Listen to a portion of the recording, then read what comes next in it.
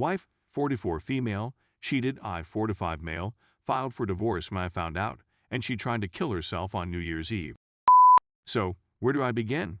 The STBXW and I have been together for nearly 25 years, 22 of which we were married.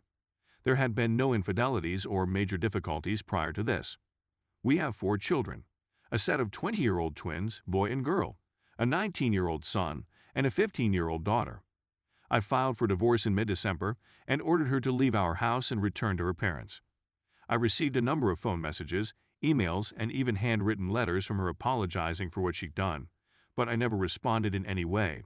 She tried suicide when it finally dawned on her that I was really going through this and that there was nothing she could do to stop it. She would have perished if her parents had not remained at home to keep an eye on her. According to what I've heard, she attempted an overdose on pills, but no one knows where she obtained them in the first place. Her adultery seemed to have just lately been totally physical, late November or early December, although she had been emotionally unfaithful for at least a few months before. I'm not interested in finding out how long, since it won't benefit me in any way, since it was a married guy with whom she had the affair. I'd contacted his wife, so he's being divorced too. Add to that the fact that they're co-workers, which is how they met in the first place, and I'm guessing they started the affair during work hours. If you're wondering, how did you find out? The answer is I didn't. Our twin son and daughter did. They observed their mother kissing with the other guy in public. The location in issue isn't one that any of us would normally walk through, and proceeded to notify me. I began exploring and discovered more than enough proof of a long-term affair. I don't have many deal breakers and feel that marriage is an ongoing work in progress. You have to do your share to keep it going. But cheating is something I would never ignore or tolerate. Cheating is a slap in the face of all the time you spent together, a slap in the face to your shared life. It boils down to greed and brutality. I'm simply telling you so you can have a better understanding of what I'm saying. Maybe, but that's a far-fetched maybe. I could have attempted to get beyond it if it had been a one-time occurrence, and she had immediately come to me, repentant and regretful. She wasn't, though. I mean, she just began wailing and bawling after she was apprehended, and that is completely meaningless to me. It's easy to weep when your trash is exposed, but what about before all of this?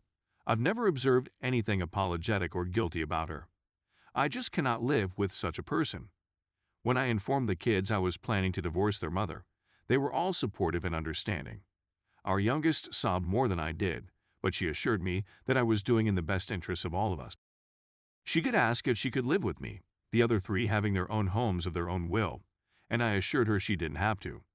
I believe that having the kids there has been the nicest thing in this scenario overall, demonstrating to me that all of those years spent with my wife were not in vain. Whatever she's like today, I can at least be thankful for our children. I adore them more than anything else.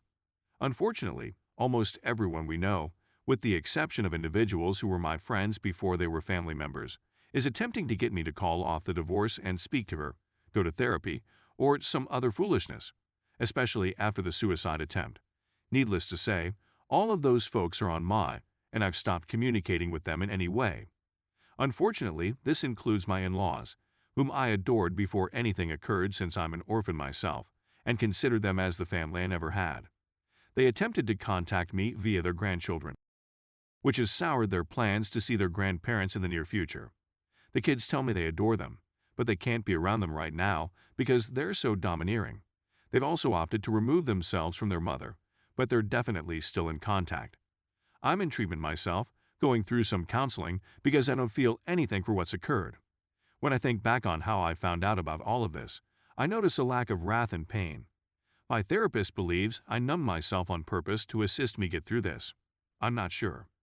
Prior to all of this, if you asked me how I felt about my marriage and wife, I'd probably tell you I was as happy as I could be, with a huge grin on my face. Now, nothing. You might have informed me the weather prediction for the day when I learned about the suicide attempt. I didn't have any feelings.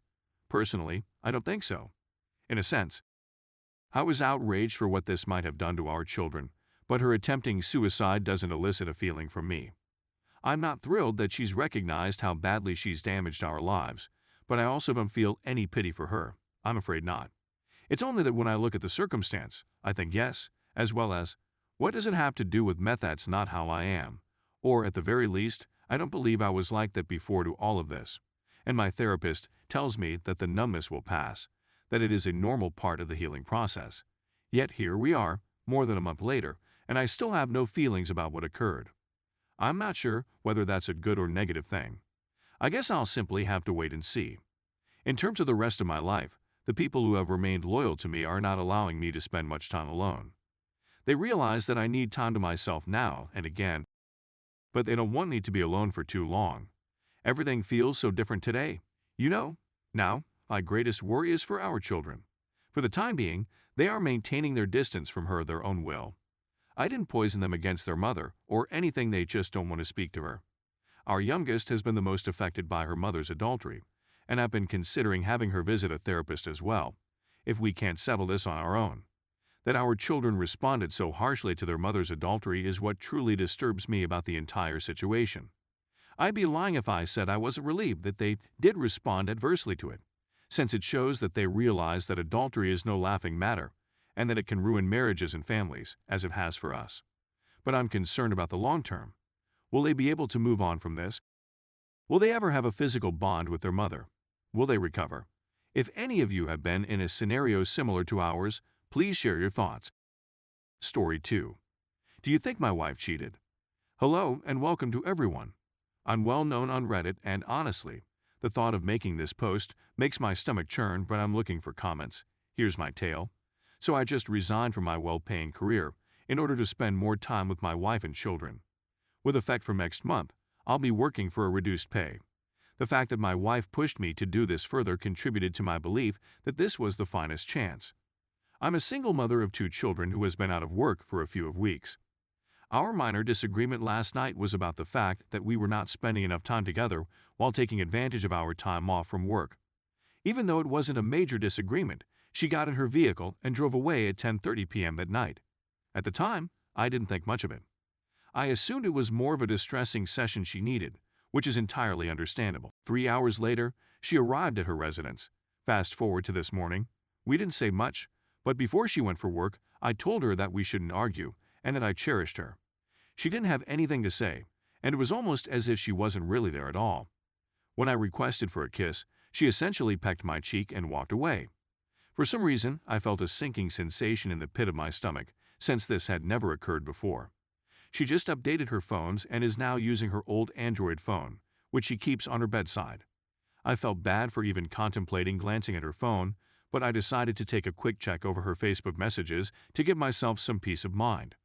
I immediately regretted my choice. It seems that she went out for drinks with one of her coworkers, who happens to be a male. After taking a look at the texts, this man begins to say inappropriate things to her.